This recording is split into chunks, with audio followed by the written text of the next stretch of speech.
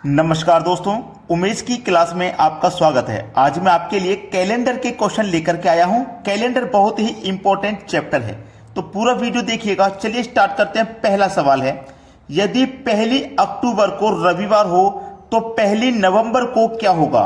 देखिए, अक्टूबर का महीना है जिसमें 1 अक्टूबर मतलब पहली तारीख को रविवार कहा गया है और पूछा गया है 1 नवंबर को यानी कि 1 नवंबर को क्या होगा। देखिएगा, एक बात मेरी हमेशा याद रखना, आपको यह बात पता होनी चाहिए कि कौन सा महीना कितने दिन का होता है। जैसे अक्टूबर यहां पे बोला गया है तो अक्टूबर का महीना कितने दिन का होता है, 31 दिन का होता है। ठीक है, अब इस 31 दिन में से जितने तारीख उसने दे दिया है उतना माइनस कर देंगे। उसने बोला 1 अक्टूबर, पहली का मतलब 1 तारीख दिया गया है तो 1 इसमें से आप माइनस कर दोगे, 31 में से 1 माइनस कर दोगे, 30 बचेगा। यानी कि अक्टूबर के महीने में आपके पास कितने दिन बचे, 30 दिन बचे। इसके बाद आएगा नवंबर का महीना, ठीक है, नवंबर। इसके बाद नवंबर का महीना आएगा और पूछा क्या है, 1 नवंबर। 1 नवंबर का मतलब 1 नवंबर का पूछा तो 1 लेंगे। याद रखना मेरी इस बात को कि जिस महीने में दिया गया है, अगर यहां पहली की जगह 5 अक्टूबर दे देता तो 31 में से 5 माइनस कर देते, 8 दे देता, 8 माइनस कर देते। उस महीने में से हम उतना दिन माइनस कर देंगे जितना दिन उसने दिया गया है, ठीक है, और बचा हुआ दिन लिख लेंगे। फिर उसके आगे के महीने का जो भी पूछा जाएगा उतना ही लिखना है। अब 30 और 1 को जोड़ेंगे तो ये 31 हो जाएगा। डिवाइड हमेशा 7 से करना है। क्यों करना है, क्योंकि एक हफ्ते में 7 दिन होते हैं और 7 दिन के बाद जैसे ही 8वां दिन आता है फिर से वही दिन रिपीट होने लग जाते हैं। अब ये 31 दिन है तो 7 से हम डिवाइड करेंगे तो 7 चौकू 28, यानी कि 31 में से 4 बार में 28 कट गया तो बचा कितना, 3 शेष बचा। तो हमको किससे मतलब है, जो शेष बचता है, जो रिमाइंडर बचता है, हमको केवल उससे मतलब होता है। हमको बोला गया है रविवार का दिन। 1 अक्टूबर को क्या था, रविवार था भाई, रविवार था, ठीक है, रविवार। 3 शेष बचा है तो इस रविवार में 3 जोड़ देंगे, 1 2 3।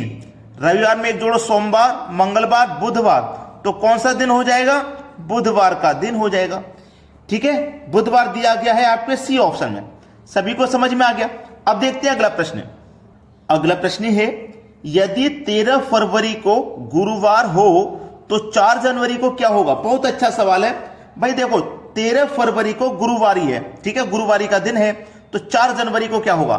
इसमें समझने वाली बात यह है कि फरवरी का महीना दे करके उसने जनवरी का पूछा है, मतलब पहले का। ठीक है, चलिए, फरवरी के महीने में कितने दिन होते हैं, आप जानते हैं 28 दिन होते हैं। अब मेरे कुछ बच्चे ऐसे हैं जो ये कहेंगे सर 29 दिन भी तो होते हैं, तो हम 29 क्यों नहीं ले सकते, 28 ही क्यों लेंगे। मैं आपको बताता हूं, जब तक प्रश्न में लीप वर्ष क्लियर ना हो तब तक आपको 28 ही लेना है।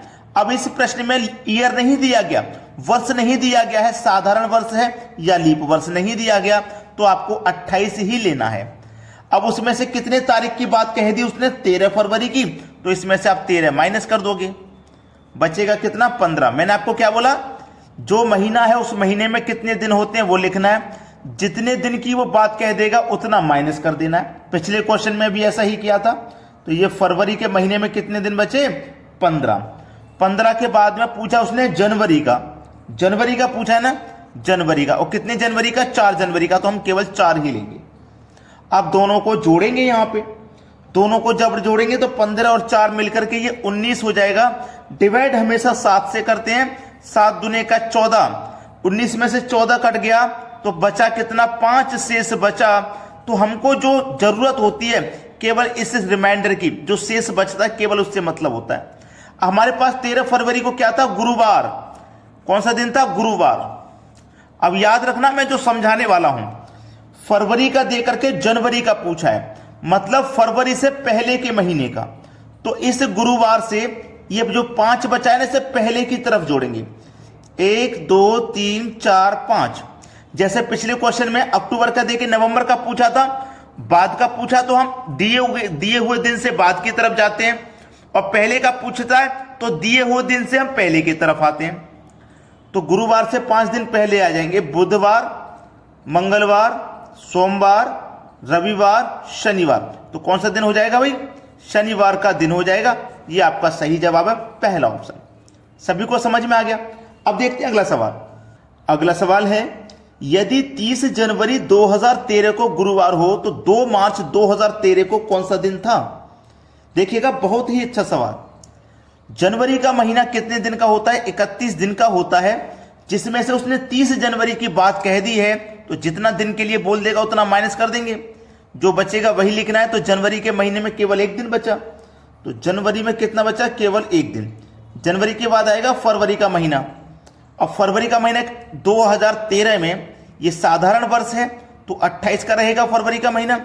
फरवरी के महीने बाद आएगा मार्च का महीना, और मार्च में कितने तारीख का पूछा है? 2 तारीख का, तो केवल 2 तारीख तक ही हमको जाना है। अब सबको जोड़ लेना है, 28 और 2 30 और 1 31, 7 से ही डिवाइड करना है, ये बात आपको पता है। 7 चौक को 28 कट गया, शेष कितना बचा? 3। जो शेष बचता है केवल हमको उसी की जरूरत होती है। हमारे पास कौन सा दिन दिया गया है? गुरुवार का। अब देखिएगा, हमारे पास जनवरी का देके मार्च का पूछा है, यानी कि बाद का पूछा है, तो दिए हुए दिन में हम बाद की तरफ जोड़ेंगे। 1 2 3, 3 शेष बचा ना, तो 3 जोड़ेंगे।